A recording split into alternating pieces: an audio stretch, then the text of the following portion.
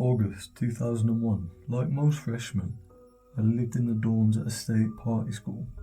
A good buddy from military school, Bill, went to the same college and lived a few floors below but in the same dorm as me. For the most part, the first month or so of college was normal. I went to most of my classes, partied just about every night, chased girls around, and that was enough for the moment. But things began to change one night sometime in mid-September, and college for me would never be normal again. My dorm phone rings in the middle of the night. Hello? On the other end, I can only really describe the voice as the kind you picture when you think about a computer talking. Kinda like the early models of car GPSs. Hi Gary, how are you today? Not fully awake, I'm just confused at this point. Who is this? He repeats, Hi Gary, how are you today? It becomes clear that I'm being fucked with, so I hang up and chuckle. Fucking Bill, nice one. I pass back out. I end up forgetting about the call for a few days and never mention it to Bill or anyone else. About a week later, I get another call around the same time of night. Hi Gary, I am watching you. Nice. Very cliche. Seriously Bill, how are you not knee deep in Everclear or tried out at this hour? Enough already. Cade, my roommate, is going to start getting pissed. I hang up. I casually confront my oh so clever amigo at breakfast the next morning. He gave a genuinely confused response. Whatever. So, a couple of days after the second call, I come back home to see I had multiple messages on my answering machine. What the fuck? I barely knew that thing even worked. It's computer voice guy, CVG. Message 1. My machine cuts off first 1 or 2 seconds of the message, which tells me it's a bot set to play a message upon answer. Hi Gary, I'm watching you. Message 2. I thought I asked you to answer my calls, Gary. Message 3. Where might Gary be on a Tuesday night? The calls start coming more frequently over the next couple of months, starting out once a week, then to once every 2 or 3 days, up to every day by Christmas break. Uneventful break, and back to school determined to be a new man. First night back, I get my first spring semester call from CVG. How is your family in Cyprus? Hometown suburb. Okay, now this is fucking BS, man. Calls become threatening and downright dark. I am very interested, Gary, in being close to you. I have tools I can bring. It is going to all be over soon. One day I bring Bill and all my other friends to hear the messages. Never deleted a single one for some reason. The guys are in shock. Around March, the calls were coming in no fewer than 10 or 15 every single day. Seriously. But I finally get the message I've been waiting for. The day, time, location are set.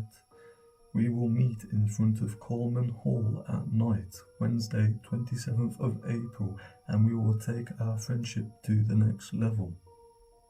My home team crowd steadily built up throughout the afternoon and evening. I'm left with about a 15 to 20 member platoon. I had decided earlier that I was not going to allow all these knuckleheads to shadow me, but I could definitely use them in case of emergency. I didn't want to risk them spooking out the meat, so I let them know they needed to stay inside of the doors of a common area while I walk out to the meeting spot. About 100 paces from my spot, I observed 2 things at the same time. 1. Some kind of small quick movement in the front of the patio walkway that goes all the way around the building. And 2. The movement was in a spot along the walkway where the only normally uber bright bulb is out. I'm not exactly sure how I was able to see him, but I suddenly realised someone is crouched behind one of those continuous cookie cutter bushes outside the patio perimeter against one of the building's pillars. Dark clothes and a hoodie, he is a few feet from where I was supposed to meet him, but positioned to where I really should not have been able to see him, given the pillar blocking his shadow plus the burnt out light bulb, which in fact I later learned it was smashed. In fact, I could have easily walked all the way to the door without ever having noticed someone down there. Nope. I sort of jump mid-step. As this happens, and I see him raise up a little thinking I might have seen him. I see him raise up and take a step towards me, and fight or flight kicks in. Before I realise what I'm doing, I'm in dead sprint towards the motherfucker, who I'm guessing sees what I can't yet, which is my platoon busting through the glass door in hot pursuit. The creepster nopes the fuck out of there. Running on a patio alongside Carmen Hall towards the parking lot, I realise I'm not moving fast enough to catch him, but everyone else is really far behind. I also realise I'm moving so fast that I won't be protected. As I turn the right in the corner of the building, if he stops there, I'm toast. As I turn the corner, I see the van sitting alone in the parking lot in front of me. It's running, and the brake lights flicker on, then off, park into drive, and begins inching forward towards the exit. Home Slice is of course heading for the van, which for some reason sent this whole new level of fear into me. This is it. This is really happening, and I'm going to get fucking murdered tonight. But I can't stop. Something keeps me moving forward. I guess I've come this far, dealt with this crazy BS for almost a year now, completely unable to do anything other than to ignore it. If I could get close enough to dive tackle, I would still be on my own to deal with this creepster.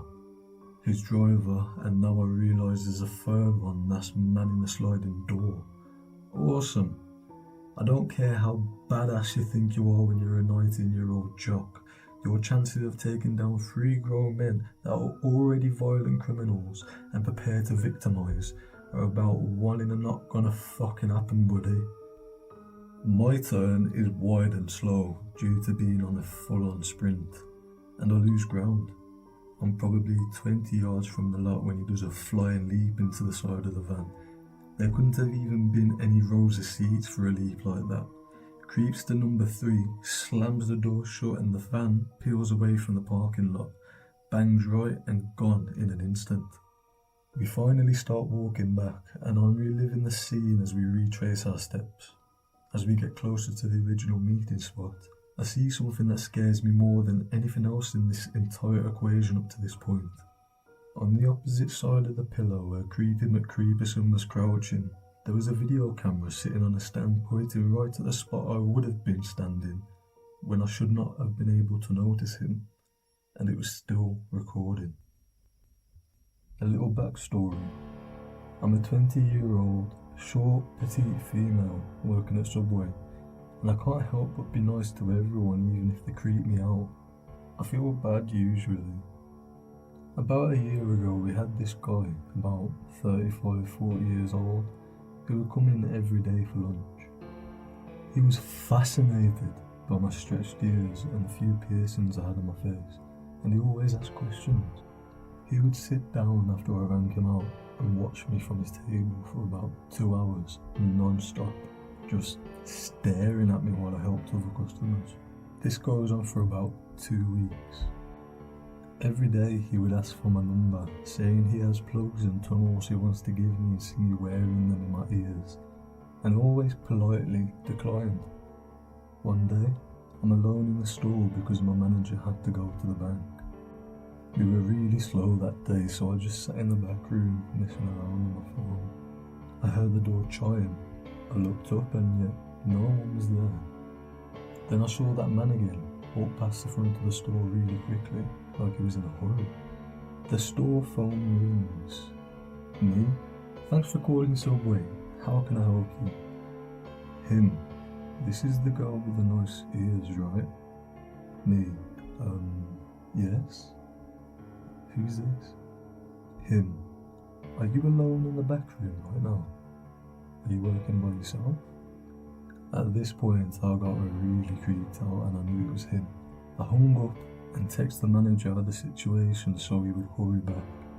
He called again, this time asking me very weird questions like what I would do with him in a room if the door was locked, if I had a boyfriend, why I was playing so hard to get, etc. My manager gets back and I tell her everything. In the middle of the lunch rush, he calls again.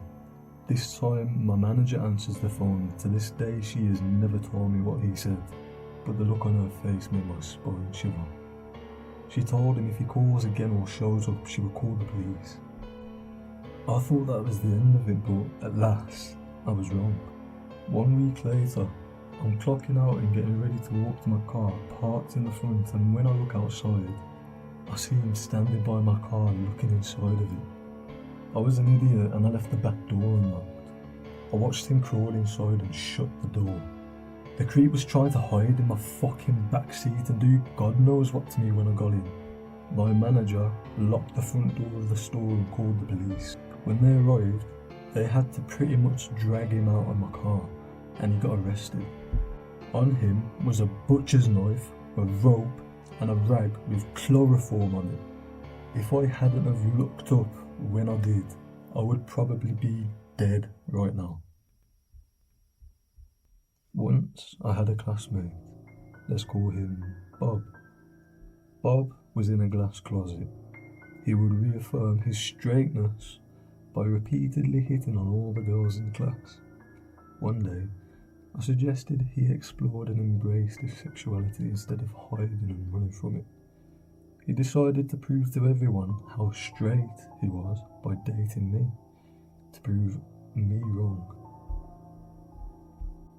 The day after that, in chemistry class, Bob excitedly told me he was now my new lab partner.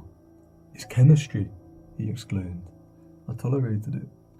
I tolerated Bob spewing unfunny scientist jokes and trying to edge closer to me. I tolerated him finding me in between classes to give me gifts of fortune cookies. I'm Asian, by the way. I figured he would just tire and drop the whole thing. I was wrong. One afternoon, a bit after I got home from school, the doorbell rang. I looked outside. It was Bob. This was the era when the internet was dial-up and very few people had it. The time where we still paid money to remove our names and addresses from phone book listings. The only way he could have learned where I lived was to follow me. When I turned away without answering the door, he begged and banged on the door screaming my name. I ended up having to chase him off with a baseball bat. The next day, I went to school and told the administrators what had happened. Turns out, this isn't the first time Bob had done this to a girl. He had stalked some half a dozen other girls and begged for dates. I'm not sure what happened afterwards and if he was put into counselling or punished or what. All I know is that Bob stopped coming to school and pretty much nobody ever spoke to him again.